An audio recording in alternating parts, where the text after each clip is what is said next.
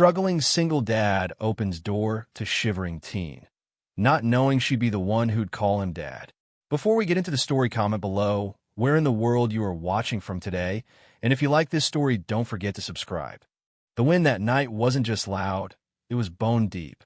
It howled down Ashwood Lane like a restless ghost, curling its icy fingers around gutters and shutters, moaning through the bare limbs of maple trees. Snow fell in thick, relentless sheets, turning the road into a white, silent river.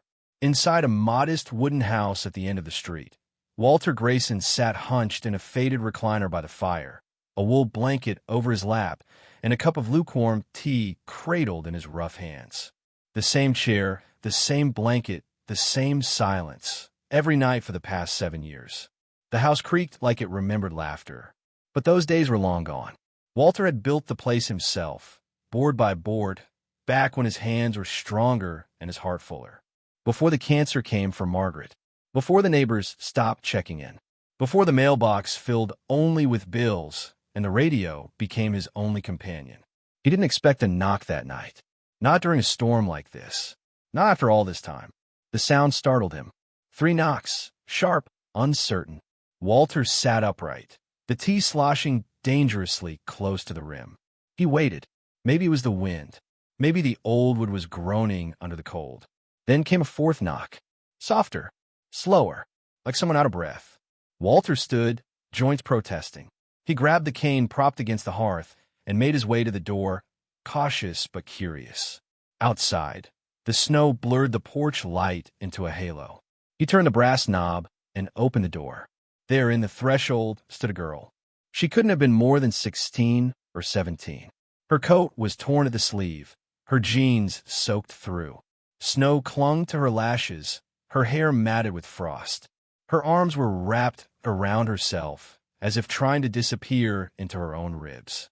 "I'm sorry," she said through chattering teeth. I didn't know where else to go." Walter stared. He hadn't spoken to a teenager in years, let alone found one on his porch in a blizzard. His instincts warred with habit. His solitary life had no room for sudden guests, especially ones who looked like they hadn't eaten in days. But something in her eyes stopped him cold. Not fear exactly, not desperation either. Something quieter, something that looked too familiar. "Come in," he said before he could stop himself. "Before you freeze solid." She hesitated, then stepped inside. He shut the door behind her, shutting out the storm, but not the tension in the room. "I'm Walter," he said simply. "Sadie," she replied. Her voice was small but clear. He grabbed a towel from the hall closet and handed it to her. "Dry off. There's a blanket on the sofa. I'll make some tea."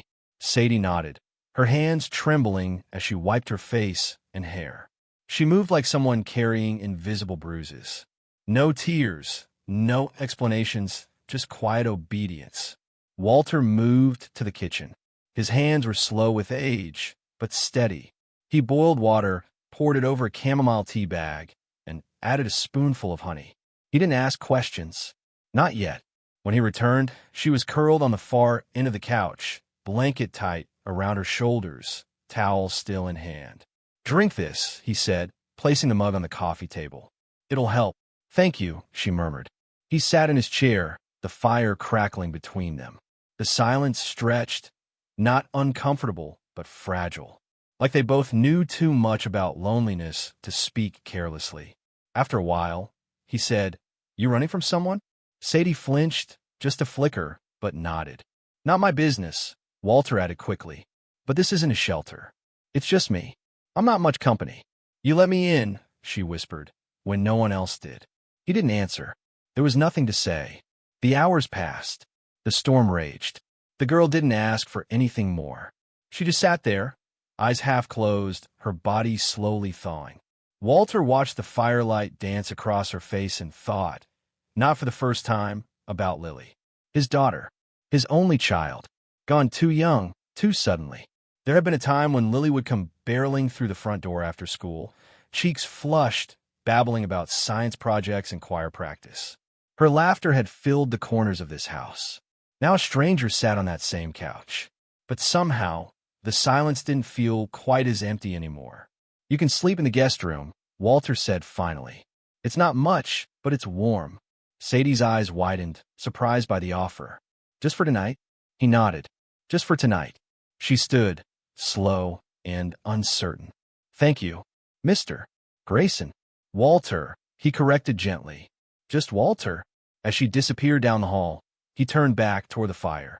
His tea was cold. The room still smelled like wood smoke. And old memories. He didn't know who Sadie was or what brought her to his porch that night.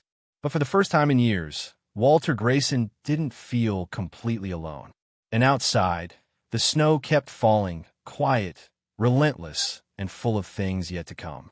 Morning crept into the house on Ashwood Lane like a hesitant visitor, its pale light slanting through the thin curtains of Walter Grayson's kitchen. The silence was familiar, but no longer complete. There were 2 mugs on the table now, one chipped and old, the other borrowed from the back of the cupboard, clean but rarely used.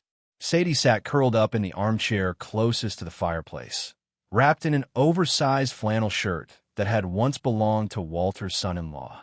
She hadn't said much since arriving the night before. A whispered, "Thank you," a hesitant nod when offered stew, and now, just stillness. Walter stood at the stove, pouring eggs into a sizzling pan. He moved slowly, partly from age, partly because he didn't want to startle her. The girl flinched at the sound of silverware on ceramic. She twitched every time the wind groaned against the eaves. He watched her from the corner of his eye. The bruises on her arms were older, yellow-green at the edges. Her fingers trembled slightly when she reached for the blanket last night. Not from cold. From memory, he suspected. "You like eggs?" he asked, his voice gravelly from disuse. Sadie didn't look up. She shrugged. "Scrambled's all I got," he added, softer now. "Nothing fancy." Silence again. Then, barely audible, "That's fine." Walter placed a plate on the small kitchen table and sat across from her. He noticed she didn't move. Not toward the table. Not toward the warmth of food. Not yet. He took a bite himself, slow and deliberate. Then another. "I've been told my cooking's tolerable," he said between bites, "at least by people who were too polite to say otherwise."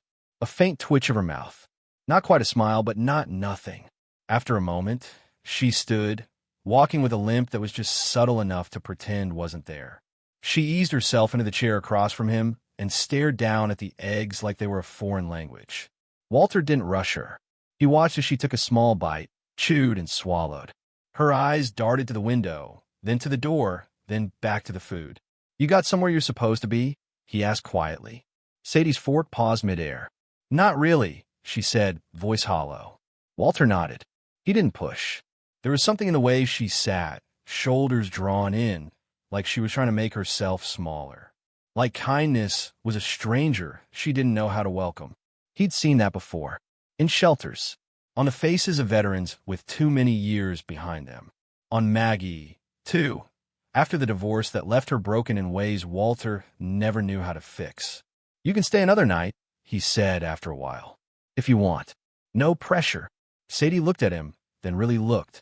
Her eyes were green-gray, like a storm that hadn't decided whether to rain or not. There was a flicker of disbelief there, a wariness that had been earned, not imagined. "Why?" she asked. Walter shrugged. Why not? That wasn't the answer she expected. She didn't press. Instead, she finished her eggs. Later that day, Walter found her in the workshop. It was a small shed out back, crammed with the relics of a life spent crafting things by hand. Wood planes, sandpaper blocks, chisels, and clamps. He hadn't used most of them in years. His knees didn't like the bending, and his eyes weren't as sharp as they used to be. But Sadie was there, crouched in the corner, staring at a carved wooden bird half covered in dust. He cleared his throat softly so he wouldn't startle her. "That one was Maggie's favorite," he said, nodding toward the bird. "Used to say it looked like freedom." Sadie didn't say anything. Her fingers hovered just above it, like she wasn't sure if she was allowed to touch. Walter stepped forward and handed it to her. "Go ahead. It won't bite." She took it slowly, cradling it with the reverence of something sacred. "She was your daughter?" she asked. He nodded. "Past. Few winters back." Sadie traced the wings of the bird with her thumb. "Sorry." "Yeah," he said. "Me too." For a moment, The only sound was the creak of the old floorboards and the wind pressing against the walls like an old friend come to visit. "I used to carve when I was a kid," Sadie said quietly. "Back when I lived with my grandfather. He taught me how to sand edges smooth." Walter raised an eyebrow. "That's so." She nodded. "You're welcome to use anything out here," he said, "long as you put it back where you found it." Her eyes lit up just slightly, and that was enough. That night, they sat by the fire again. Sadie had made soup, canned tomatoes, beans, some pasta Walter didn't even remember buying. She cooked like someone who'd learned to stretch meals into more than they were. And Walter didn't say so, but it tasted like memory.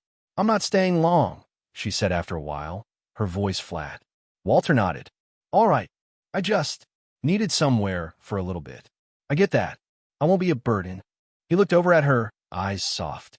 "Sadie," he said gently, "you're not." The silence after was heavy, but not painful.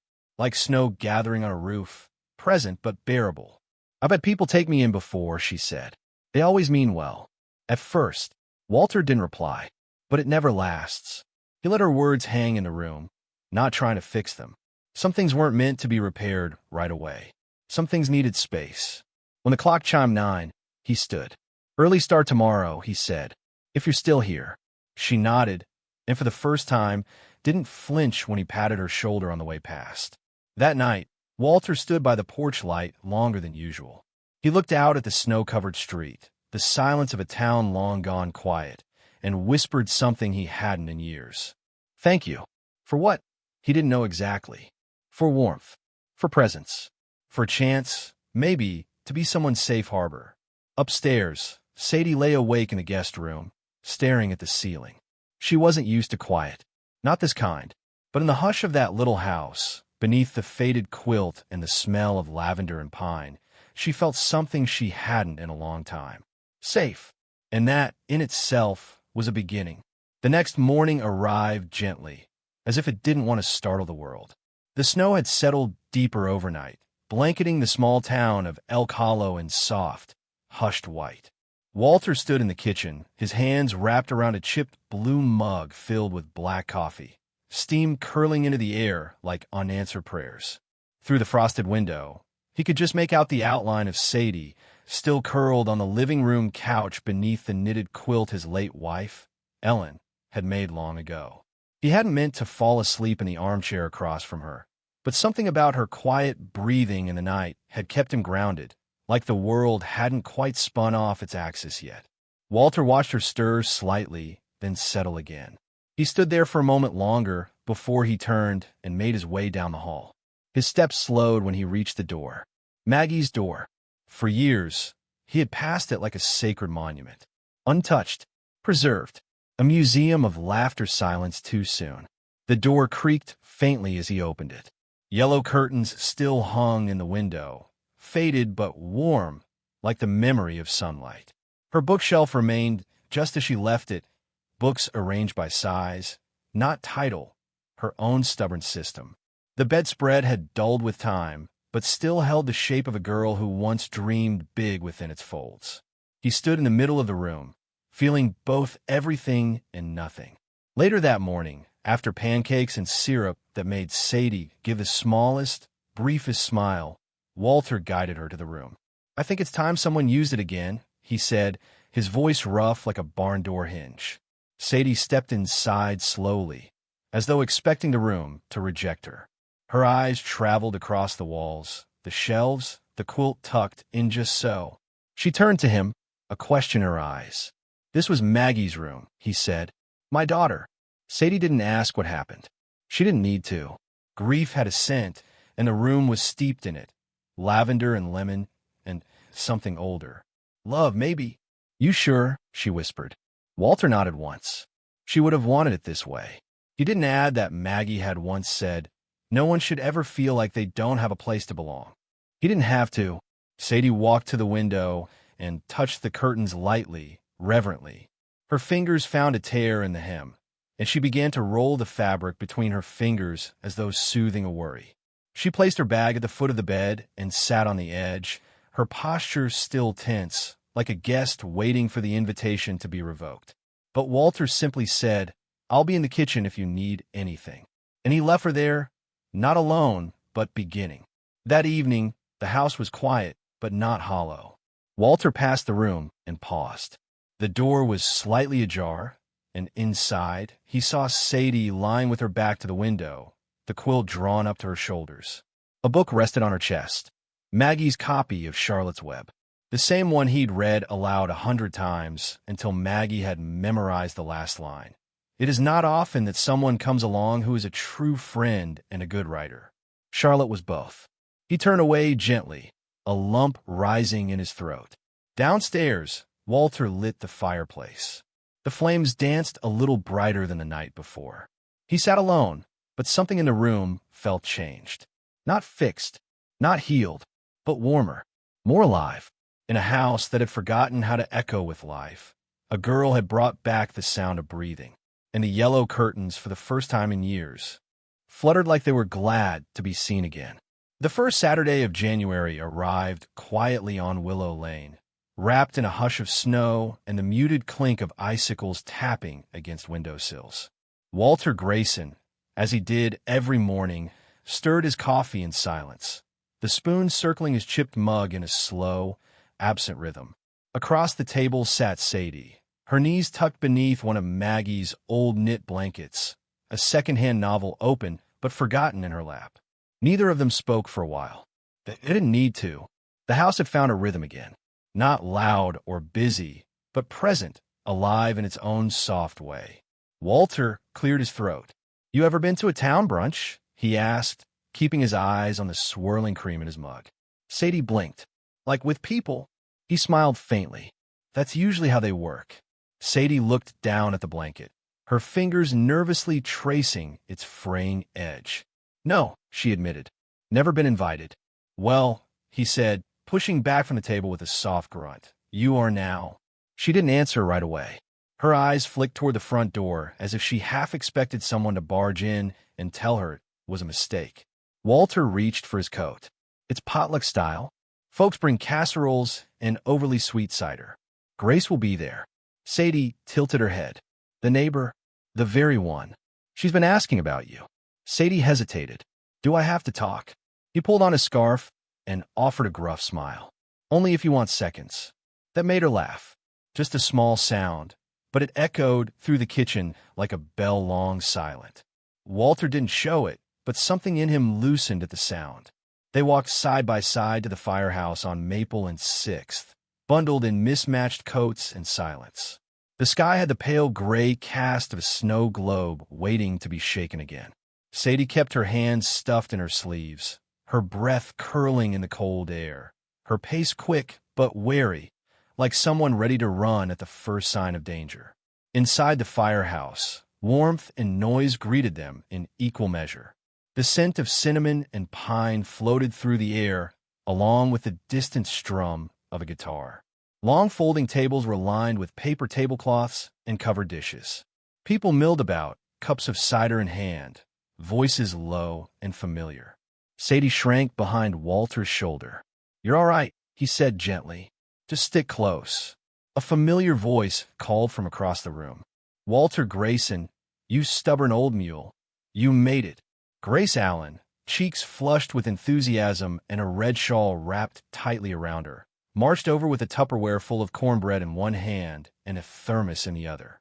"And this must be the young lady I've heard so much about," she said, turning to Sadie with a smile that reached all the way to her eyes. Sadie dipped her head, mumbling a soft hello. Grace leaned inconspiratorially. "Don't worry.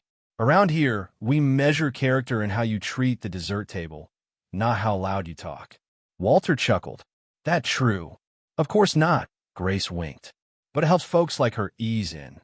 She took Sadie by the arm, not roughly, but like someone who had once been a mother and still remembered how to carry warmth in her touch, and led her toward the cider table. Walter watched them go, the corners of his mouth twitching in something dangerously close to a smile. He was halfway through a polite conversation with Mayor Benton about snowplow delays when he noticed Sadie laughing. A real laugh. She was standing near the cookie table, a steaming cup of cider in her hand, talking to a girl her age in a knitted beanie. There was a looseness to her shoulders, a spark in her eyes. She didn't look like the girl who had once flinched at his voice. She looked like she belonged. Later, as they walked home under a dusting of flurries, Walter asked quietly, "Was it all right?" Sadie nodded, her cheeks pink from the cold, and something warmer.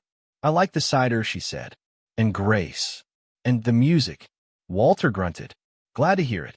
You did good." They didn't speak again until they reached the porch. Walter paused at the top step, staring at the brass lamp that hung beside the door. It had once been a symbol of loss, a habit he couldn't break. But tonight, it felt like something else. "I've kept that light on for 5 years," he said suddenly. Sadie looked up at him. "I used to think it was for Maggie, that maybe it helped her memory find its way home at night."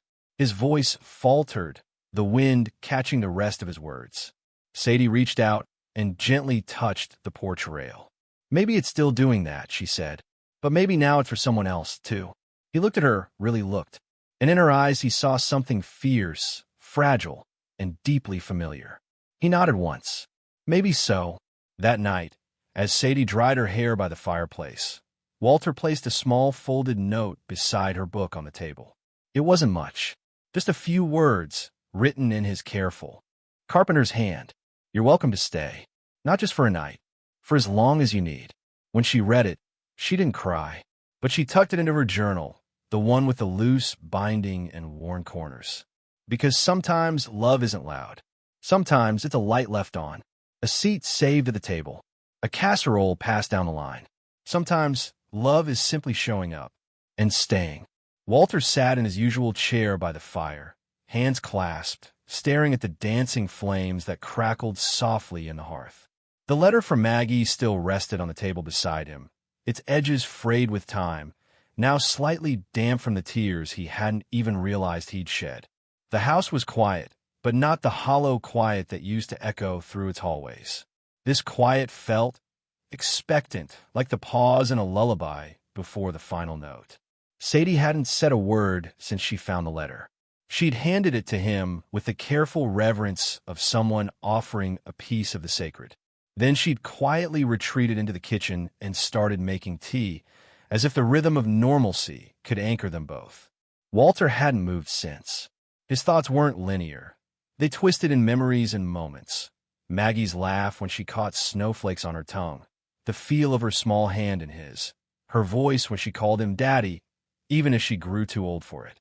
And now, her handwriting, that curl and the Y from the word you, still there, still hers. He picked up the letter again. "Please keep your heart open, Daddy." The words echoed louder than any thunderclap. Not a demand, not even a request, just a daughter's hope left behind in ink. From the kitchen, the kettle whistled. Sadie appeared a moment later, carrying 2 chipped mugs. She set one down beside him, then settled into the armchair across from him, her knees tucked under her like a child, trying not to take up too much space. "I didn't mean to pry," she said quietly. "I was looking for, I don't even know, just something." Walter shook his head. "You didn't pry. You found what I couldn't face." Sadie looked down at her mug, steam fogging her glasses. "She loved you a lot. It's in every word." "I wasn't ready to hear them," Walter admitted. "I kept that room like a shrine. Dust and silence. Like if I left everything just the way it was, she might still be there." Sadie nodded slowly. "My mom used to say grief is just love with nowhere to go." Walter blinked at her. The way she said it, it didn't sound borrowed. It sounded lived. They sat in silence for a while, sipping tea, the fire murmuring between them. Then Sadie, almost inaudibly, said, "Can I tell you something?" Walter nodded. She wrapped her arms around her legs. "I had a journal. Back when I lived with my mom. I used to write poems in it. Nothing special. Just dumb teenage stuff. But after she died, I left it behind." She glanced up. "That's the only thing I wish I'd gone back for. Not clothes, not money. Just that." Walter's heart ached. "Why didn't you?" Sadie shrugged. "By the time I thought about it, someone else lived there, and I didn't belong anywhere anymore. It was easier to pretend I never had roots." A pause, until I knocked on your door. Walter looked into the fire. "You reminded me what it feels like to care again, and what it costs not to." She gave a small smile, but it didn't quite reach her eyes. "It's okay if you don't want to stay. I know I've already stayed too long." Walter set down his mug. "Sadie," he said softly, "do you know what Maggie would have said if she saw you sleeping in her room?" Sadie shook her head.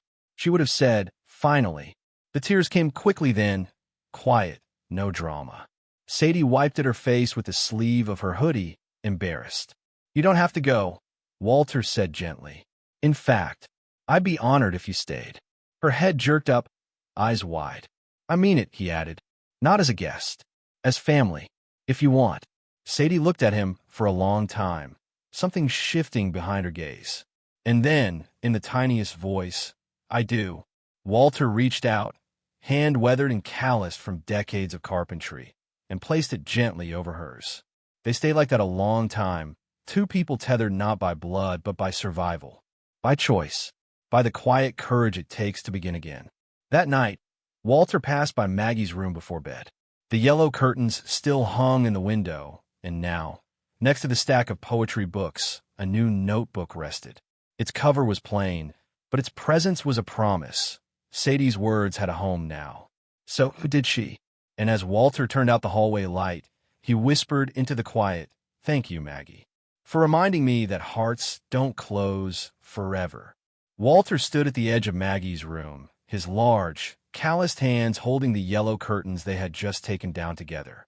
The fabric was old, faded at the hem, and smelled faintly of lavender and dust. It was strange, he thought, how a single piece of cloth could carry the weight of memory. He glanced sideways at Sadie, who was bent over the sink, gently washing the fabric with the same care she'd used to handle Maggie's books. She didn't say much, didn't have to. Her silence was full of understanding, and Walter, who had once filled rooms with words just to avoid the stillness, found comfort in that quiet. They hung the curtains out to dry on the line that crossed the kitchen like an old heartbeat, one that had faltered but never stopped. Outside, the snow was falling again, soft, persistent, like it was determined to blanket the world in something gentler than grief. When they were done, Walter poured 2 mugs of tea and handed one to Sadie. "We can put them back up tomorrow," he said, his voice rough around the edges. She nodded and took the cup, wrapping her hands around it. "They're beautiful," she said quietly. "They were hers," Walter replied. "Still are, I guess. But maybe they can be yours too." Sadie didn't respond at first. She stared into her cup like she was looking for courage. Then, after a pause, she said, "I never had a room with curtains before." Walter blinked, startled by the weight of the words. It was the kind of sentence that sat heavy in the chest, the kind you didn't know how to answer. So he didn't. He simply nodded and said, "Well, you do now." That night, Sadie sat on the floor of the room with the bare window, tracing the grain of the wooden floor with her finger. It was the same spot where Maggie had once sprawled out with crayons, drawing lopsided rainbows and writing poems about the stars. Walter passed by the open door and paused. He didn't ask what she was thinking. He just said, "You okay in there?" "Yeah," she replied. "I think she would have liked me." Walter leaned against the frame. "She had a good heart, just like you." Sadie smiled just a little. It was crooked and unsure, but it stayed. The next morning, they rehung the yellow curtains together. They fluttered in the winter light like small flags of surrender and hope. Afterward, Sadie added something of her own to the room, a small vase of dried flowers she'd gathered from the backyard before the last snowfall. It sat on the desk quietly, not replacing Maggie's things, but coexisting. Walter watched her and realized something he hadn't dared to admit until now. He no longer saw Maggie's room as a shrine. It was becoming something else, not less sacred, just shared. Later that day, Walter found a note on the kitchen table. It was written in Sadie's careful, looping handwriting. "Thank you for letting me stay. I'm not trying to replace her. I know I never could, but I hope I can be someone worth remembering too." He read it 3 times, then folded it and placed it in the drawer with Maggie's birthday cards. That night, as the snow fell outside and the house glowed with its usual amber warmth, Walter paused at the door of the guest room. The light inside spilled out onto the hallway floor. It no longer felt like grief trying to hold on. It felt like love learning to let go. The morning started like any other, quiet, slow, blanketed in the kind of stillness that only comes after fresh snow. The kind that muffles the world and makes time feel just a little slower as though it's catching its breath. Walter had been up early, as usual. The creak of the floorboards, the rhythmic clink of a spoon stirring sugar into coffee. Small sounds that had become the heartbeat of the house. Sadie had come to know them all. She often used them as signals, when to sneak downstairs, when to let him have a quiet moment alone. That day, she was still tying her bootlaces in the small bedroom down the hall when the sound changed. There was a thud, not loud but not right. Then silence. She paused, waited. "Walter," she called, her voice small in the hush. No answer. She stood, heart thudding faster than her footsteps, and hurried toward the hallway. There, at the edge where sunlight spilled through the frosted windows, he was crumpled against the wall. Not sprawled, not fully unconscious, just folded. One hand braced against the baseboard, his chest rising and falling in uneven gasps. "Walter!" Sadie dropped to her knees beside him, panic seizing her breath. He blinked up at her, pale and dazed. Don't fuss. I just got up too fast." She shook her head, already reaching for her phone. "Nope. No playing it down. You're going to the hospital." "I'm fine, kiddo." But his face was too ashen, his hands too cold. "I'm not losing another person," she said, not caring that her voice cracked. And that was that. The hospital room was all sterile whites and soft beeping. The scent of antiseptic too clean to feel real. Sadie sat beside the bed in a chair that barely supported her weight after 2 hours of waiting, watching him like she could will his heart to keep beating. Walter had dozed off. His face was less tense now, his breathing steadier. The doctor had said it wasn't a heart attack, just a cardiac event, a warning, not the storm. But it was enough. Enough to make Sadie realize how fragile everything still was. She reached out and touched the back of his hand lightly, barely brushing her fingertips across the weathered skin. She wasn't sure who she was praying to, or if she even believed in that kind of thing. But she was asking, pleading, with the universe for one thing. Don't take him away yet. When he stirred again, eyes fluttering open with a confused wince, she leaned in. "Hey," she whispered. "Hey yourself," he rasped. "Hospital food's worse than I remembered." She gave a breathy laugh that sounded more like a sob. "You scared the hell out of me." He looked at her for a long moment. "Scared myself, too." And then silence again, but not the kind that hurts. The kind that held space. The kind that let two people look at each other and say everything they hadn't yet dared. I don't have anyone else," Sadie finally said. "I didn't before I came here." Walter didn't reply right away. He shifted slightly, wincing as he adjusted the pillow behind his back. "Well," he said gruffly, "I guess that makes two of us." Sadie swallowed hard. "You don't have to stay out of guilt," he said, voice low, steady. "You've got a life to figure out. College, friends, people your own age." "I'm not leaving," she said simply. He turned his head toward her. "You're not my project," she added. "You're not my shelter. You're Walter. You're the one who opened the door that night. And I walked in because I wanted to, not just because I needed to." He blinked a few times, like something in his chest was catching up. "I'm family now," she said more softly. "Right?" He let out a long breath. "Yeah, kiddo, you are." When Grace arrived later that afternoon, bringing a thermos of chicken soup and a crossword puzzle book, she found the two of them dozing together. Sadie in the chair, Walter propped up by pillows, their hands barely touching. "Well," she whispered to herself, eyes misting, "would you look at that?" She left the soup on the table with a note. "Heal. Rest. You're both stronger than you think." Walter was discharged 2 days later. He was slower, a bit more winded after the smallest task, and Sadie hovered more than he liked. But neither of them said much about it. They just existed side by side, more than housemates. Not quite father and daughter, maybe, but something just as binding. That night, Sadie helped him into bed and pulled the old quilt over him. "You need anything?" she asked, her voice hushed. He shook his head. "Just this. Just a quiet." She nodded and turned off the light. But just before she walked out, he said, "You know what scared me most?" She turned back. "What?" "That I wouldn't get to see what kind of woman you'll grow into." Sadie stood very still. "Because I think you're going to be remarkable." It took her a moment to find her voice. "You helped make me that way." "No," he said softly. "You came in remarkable. I just kept the light on." She blinked fast, then nodded and stepped out.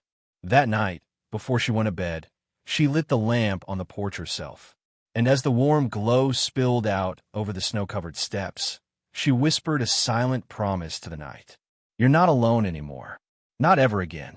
The cottage sat at the far end of Lake Willoughby, tucked beneath a slope of evergreens that leaned like guardians over the water. It was small, 2 rooms, a stone chimney, and a creaky porch that faced the lake like an old soul watching time drift by. Sadie stood in front of it now, the key Eleanor had left for her still warm in her pocket. Walter stood beside her, hands his coat, his eyes scanning the roofline and faded shutters like they held pieces of a woman they had both grown to love. She never brought many people here, he said, his voice carrying the hush of memory. Not since her husband passed. Said the silence was enough company. Sadie nodded, then slowly stepped forward. The key clicked in the lock with a soft finality, and the door creaked open into stillness. The air smelled of cedar and dust, of forgotten summers and quiet winters. There was a small table set with a pair of mismatched mugs. A faded quilt lay draped over a rocking chair by the window. Everything felt untouched, as if Eleanor had merely stepped outside and would be back any minute. Sadie crossed the threshold like she was stepping into something sacred. Walter followed, careful not to disturb the hush. Why do you think she left it to me? Sadie asked quietly. Walter looked around, then settled his gaze on her. Because she saw something in you. Something brave. Something worth rooting for. Sadie traced her fingers along a bookshelf filled with old paperbacks and brittle-spined journals. Her throat tightened. It doesn't feel like mine. She didn't give it to you because it was yours, Walter said. She gave it to you so you'd have somewhere to become. They stayed for hours that day, cleaning, airing out linens, opening windows to let the lake air breathe new life into the rooms. Walter chopped wood for the small fireplace, while Sadie found a photo album tucked inside a drawer. It was filled with pictures of Eleanor through the years, smiling by the dock with her husband, holding a baby that must have been Owen, laughing in a canoe with her hair whipping in the wind. At the end was a picture of Eleanor in her later years, standing in the same spot where Sadie had stood earlier that morning. She looked tired but proud, like someone who had made peace with her story. Taped to the back of the album was a note. Sadie, if you're reading this, it means I've gone. But don't feel alone. This place, this tiny piece of sky and water, belongs to brave souls. You are one. Don't doubt it. Let the cottage be your beginning, not your hiding place. And when you're ready, open the second drawer in the desk. With love that never needed time to grow. Eleanor. Sadie folded the note gently, her hands trembling. The second drawer in the desk was locked, but the same key that opened the front door fit neatly. Inside was a leather-bound journal and a bundle of envelopes. The first page of the journal read, "To the girl who reminded me of myself." What followed were entries from Eleanor's younger years. Raw, handwritten pages filled with longing, resilience, heartbreak, and hope. It was the story of a woman who had lost her way once too, who had run from things, who had been hurt deeply, and who had found, slowly and stubbornly, her way back to light. There were stories of mistakes and grace, of grief that wouldn't leave, and love that wouldn't either. Sadie read until the sun dipped below the trees and painted the lake in hues of rose and amber. Walter had started a fire in the hearth and was heating soup on the stove. When she looked up, her eyes were glassy. "I thought I was the only one who felt broken like this," she whispered. Walter handed her a bowl and sat across from her at the table. "You're not. And you're not broken. Just been in places where the light gets in." She smiled faintly, spooning the warm broth to her lips. "You're starting to sound like someone who believes in second chances." "I've had to," Walter said. "I live with proof of them now." The next few weekends, they came back together, painting the porch rails, replanting the garden out front, building shelves for books and plans, and whatever the future might bring. Sadie began to imagine summers here, maybe even inviting others, maybe reading Eleanor's words out loud someday.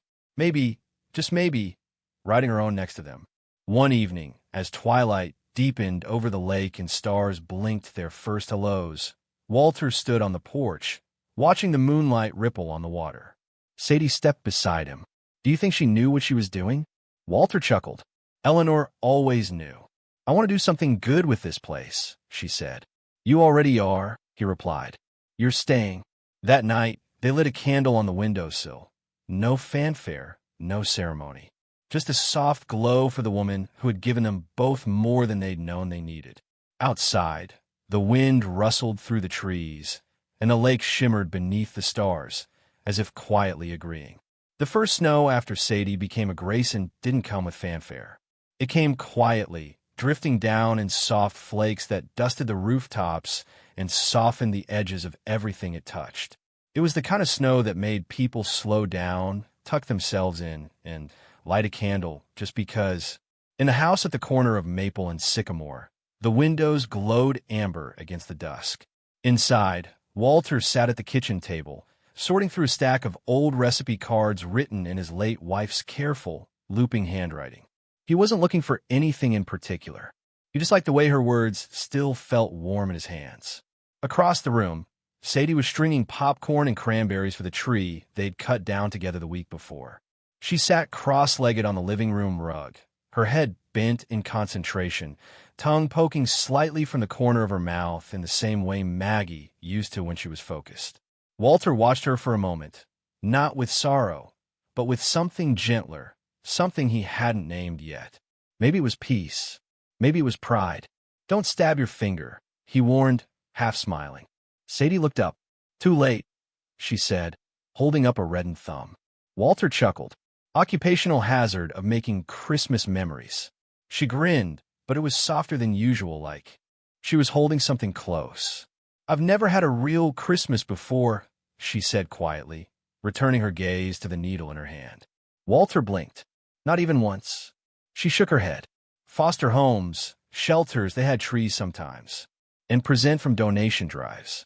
But no one ever picked something just for me, or made cookies that weren't from a package. It always felt like watching someone else's life through a window. Walter didn't answer right away. He didn't know how to. Instead, he stood and walked over to the cupboard above the fridge, the one he rarely touched anymore. He reached up, pulled down a small, dusty box, and returned to the table. What's that? Sadie asked. He opened the box slowly. Inside were a dozen delicate ornaments, hand-painted with snowflakes, cardinals, and one with Maggie's name etched in gold. Maggie and I used to make a new ornament every year. Just us. She picked the colors. I handled the glue gun. Sadie moved closer, reverently touching the rim of one ornament. These are beautiful. She would have liked making one with you. Silence fell between them like the snow outside. Then Walter reached into the box again and pulled out a plain white ceramic sphere, blank, waiting. I kept this one, he said, just in case. Sadie's eyes shimmered. Can we? We can, he said, already heading to the craft cabinet. That night, they painted the ornament together. Sadie wrote her name in careful script on one side. Walter, with his unsteady hands, drew a heart on the other. When they hung it on the tree, Sadie stepped back and whispered, "Now it feels like home." The next morning, the power went out. Walter discovered it first when the coffee machine refused to hum to life. He glanced outside. Snow had fallen heavier than forecasted, weighing down power lines and tree limbs alike. No electricity, he called to Sadie, who was still wrapped in flannel and half asleep. Looks like we're going old school today. She shuffled in, rubbing her eyes. So, no coffee? He gave her a look. There's a gas stove. I'm not a savage.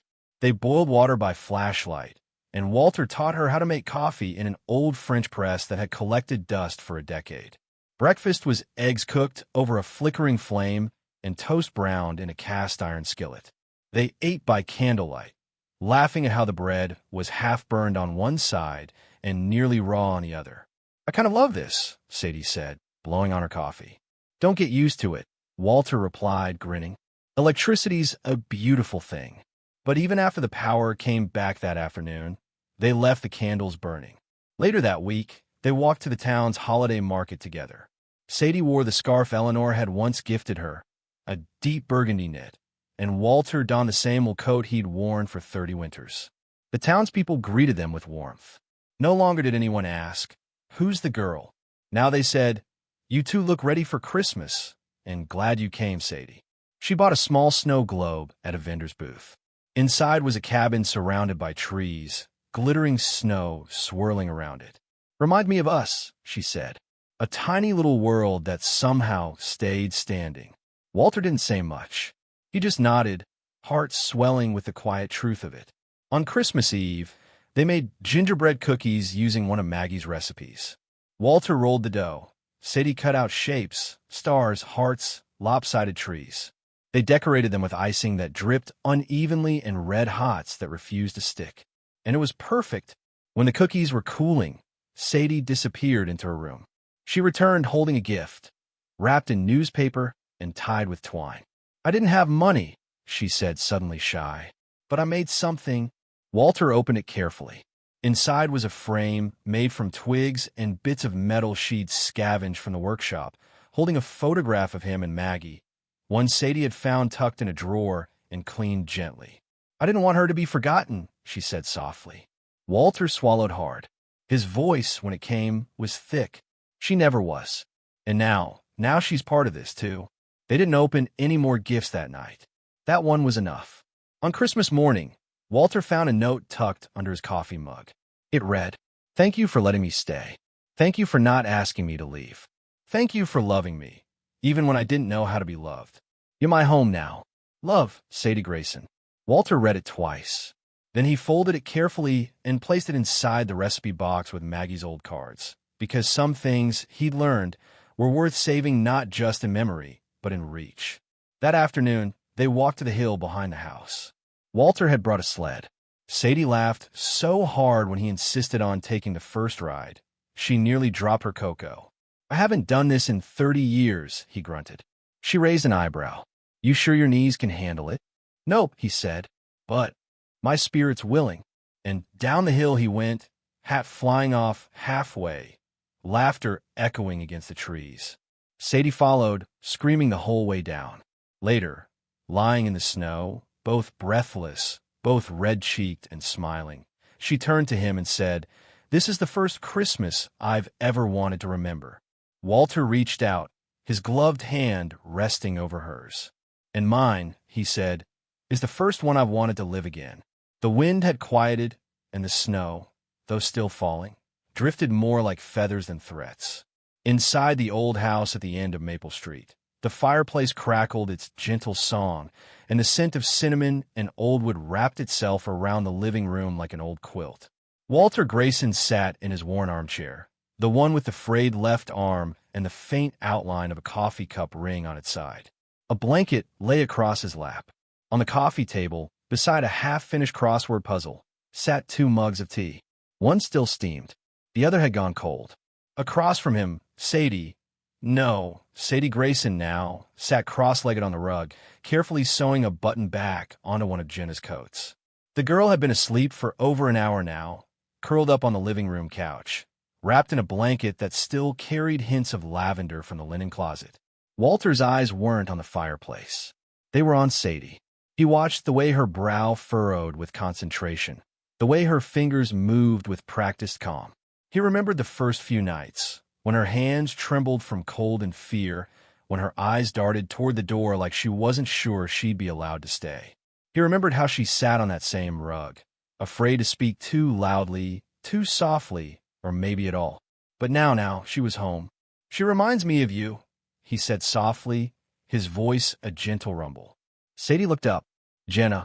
Walter nodded. "You that first night. Wet hair, torn coat. That look in your eyes like the world had tried to swallow you whole, but you weren't quite done fighting it." Sadie smiled faintly, then lowered her gaze. "I remember that night like it just happened. You opened the door for her," he said. "You didn't even hesitate." Sadie shrugged. "You didn't either. Not with me." Walter looked into the fire. "No, I didn't. Still not sure why. Guess some part of me knew. Or maybe Maggie did." The silence that followed wasn't empty. It was full of memory, of peace, of people who weren't there and those who were. After a moment, Sadie stood and placed the mended coat on the arm of the couch. Jenna stirred but didn't wake. "She talks in her sleep," Sadie said softly. "Said the name Annie a few times. Might be your sister." Walter nodded slowly. She say anything about where she came from? Not yet, but she's not ready. You can feel it. Like the words are there, but they're still frozen. Walter chuckled. Takes one to know one. Sadie smiled again, a little deeper this time, and walked to the window. The snow glowed under the porch light. Warm, golden, steady. I almost didn't turn it on tonight, she admitted. Walter raised a brow. Why not? I thought maybe it was time. That maybe we didn't need it anymore. And now? Sadie stared at the light. Now I think, maybe it's not for us anymore. Maybe it's for the next knock. Walter leaned forward. That's the thing about lights, kid. They don't just show you where to go. They remind you where you've been. Sadie turned and leaned against the window frame, arms folded. I still think about her. Maggie. Walter's voice dropped. So do I. I hope she would have liked me. She would have loved you, he said. She always had a thing for underdogs. Sadie laughed, then wiped her eyes. I'm not an underdog anymore. No, he said, standing slowly, his back creaking in protest. You're a lighthouse now. She looked at him. I mean it, he said. You keep others from crashing when the night gets too dark. That's not small. That's everything. Sadie walked over and hugged him. No hesitation, no awkwardness. Just warmth. Familiar and deep. Jenna stirred again and sat up, blinking. Sorry, she mumbled. I didn't mean to fall asleep. You're safe, Sadie said gently. Tea's still warm if you want. Jenna hesitated, then nodded. As Sadie poured her a cup, Walter noticed a shift. The way Jenna's shoulders dropped just slightly, the way her eyes didn't scan the room quite as fast. It was the beginning. Not of healing, not yet, but of trust. That night, after Jenna had gone to bed in the room that once belonged to Maggie and then to Sadie, Walter and Sadie stood on the porch, bundled in coats, 2 cups of cider in hand. You ever think about that first night? Walter asked. All the time. You scared? Terrified, she admitted. Me too, he said. They both chuckled. Sadie looked out over Maple Street, quiet and hushed under snow. A few windows still glowed in nearby homes, and in one corner of the street, a child snowman leaned slightly to one side, as if bowing to the wind. We're doing okay, aren't we? Sadie asked. Walter looked at her, at the girl who once knocked on his door and now stood beside him, steady and strong. He didn't answer with words. He just reached out and turned the porch light a notch brighter. Sadie nodded. Then, almost as an afterthought, she whispered, let it stay on. Maple Street lay hushed beneath a fresh blanket of snow, the kind that muted even the crunch of footsteps and made the whole world feel like it was holding its breath. The porch light at the corner house glowed steady and soft, cutting through the early evening like a gentle memory. Inside, the warmth of the living room hummed with the soft crackle of fire and the clink of cups being washed in the kitchen. Sadie stood at the sink, sleeves rolled to her elbows, humming a tune she didn't quite realize she knew. It was one of Eleanor's favorites, a lullaby, maybe, or an old hymn. She rinsed the last mug and set it to dry, then turned just in time to see Jenna shuffle down the hallway, blanket draped over her shoulders like a cloak. You're up, Sadie said, soft and smiling. Jenna nodded. Her eyes were still heavy with sleep, but there was a kind of safety in them now. A week ago, her gaze had been nothing but watchfulness, constantly scanning the room for exits, for dangers. Now it paused. Trusted. Smells like cinnamon, Jenna murmured. Walter's idea. He baked muffins this morning. Claimed it was intuition, but I caught him reading a recipe card. Jenna cracked a smile. A real one. I didn't think old people used the word intuition. From the armchair by the fire, Walter grunted. Careful, young lady. You're not far from dish duty. Totally worth it, Jenna replied, curling up in the opposite armchair, tucking her legs underneath herself. Sadie brought over a plate with a muffin and set it beside her. She didn't ask if Jenna was hungry. She'd learned that sometimes offering without asking was the gentlest form of kindness. You want to talk about school tomorrow? Sadie asked, careful not to let it sound like pressure. Jenna shrugged, picking at the muffin. Not really. Just feels weird. Like, what if I don't fit? What if people stare? Walter cleared his throat. They will stare? Because you're new, and because you're brave. People always look at the ones they wish they had the courage to be. Jenna looked at him, startled by the sincerity in his voice. Walter rarely offered long speeches, but when he did, they tended to land. "Just give a day," Sadie added. "You don't have to win anyone over. Just show up." Sometimes, showing up is the bravest thing. Jenna nodded slowly, then looked toward the front window. Snow was falling again, light and slow, like ash from an invisible fire. "It always snow like this here?" she asked. "Every winter," Sadie said. "I think I like it. It's quiet, not like the cities." Walter sipped his tea. Quiet makes room for what matters. The rest of the evening passed in the kind of stillness that doesn't ask to be filled. Sadie read a book on the couch while Jenna sorted through a stack of colored pencils she'd found in Maggie's old desk. Walter nodded off in his chair, a half-finished crossword resting on his lap. Later, as Sadie tucked Jenna into the guest room, now hers, though no one had said it outright, she noticed something taped to the wall beside the bed. A drawing. Crude, colorful. 3 stick figures. One tall with glasses, one medium with long hair, and one small with a hoodie. All standing under a porch light. Sadie felt something rise in her chest. She didn't comment. She just reached out and gently adjusted the corner of the paper so it lay flat. "Night," Jenna whispered. "Good night, sweetheart." In the hallway, Sadie paused outside Walter's door. It was ajar, and she saw him sitting on the edge of the bed, slowly pulling off his socks. "You all right? Feet are cold. That's all." She hesitated. "She drew us. I saw. You okay with that?" Walter looked up. His eyes, tired and kind, met hers. "I was waiting for the day someone did." Sadie stepped closer. "You know what tomorrow is, right?" He nodded. 2 years since you knocked." She smiled. "Changed everything." "You changed everything," he said. They stood there for a long moment.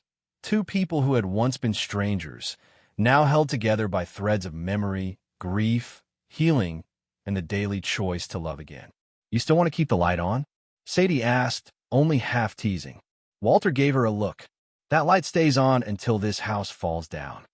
Outside, the snow whispered against the windows. Inside, the light over the porch glowed steady and sure. Not because someone might be coming, but because someone had come and stayed. Because welcome is not a word. It's a presence, a choice, a porch light that never fades. In a world that grows busier and more distant by the day, the story of Walter and Sadie Grayson, a once lonely widower and a runaway teen, reminds us that kindness, presence, and small, loving actions can change a life. You may not be an old man living alone in a snow-covered town, and you may not be a teenager knocking on a stranger's door in the middle of a storm. But we've all felt lost. We've all wished someone would leave a light on for us. This story shows us that you don't need to be perfect to make a difference. Walter wasn't a man who expressed emotions easily. He didn't say grand things, but he knew how to open a door. He knew how to place a blanket on someone's shoulders, how to listen without judgment. And sometimes, in real life, that's enough. When you see someone struggling, a quiet child on the playground, an elderly neighbor who seems alone, or even a loved one unsure how to ask for help, remember that you can be the Walter in their life. You can be the one who leaves the light on. Sadie didn't enter Walter's home to be rescued. She came with wounds, fears, and a quiet hope to belong somewhere. And through patience, simple gestures, and enduring love, she found something many people never do, a true home. Her journey reminds us to look closer. In the rush of daily life, how many people around us are knocking? Not with their hands, but with their eyes, their silence, their guarded behavior. Are we quiet enough to hear it? In today's world, filled with screens, social media, and the noise of modern life, what truly heals is authenticity. A warm meal, a cup of tea, a listening ear. Like the porch light that Walter and Sadie keep burning, we can all keep a light of our own through compassion, presence, and the courage to forgive both others and ourselves. And if one day someone knocks on your door, whether literally or in some quieter, emotional way, don't hesitate to open your heart. Because you might not just save someone else, you might be starting a brand new chapter of your own. Before we go, I'd love to hear from you. Where are you watching from? Are you tuning in from the heartland of America, a quiet countryside, or maybe a bustling city dreaming of open fields? Drop a comment. Below, I read every single one, and if this story touched your heart, inspired you, or simply gave you a moment of warmth in your day, don't forget to hit that subscribe button and turn on notifications so you never miss another uplifting story like this. Thank you so much for being here. Your support means everything, and I can't wait to bring you more heartfelt stories soon. Until next time, stay kind, stay inspired, and I'll see you in the next one.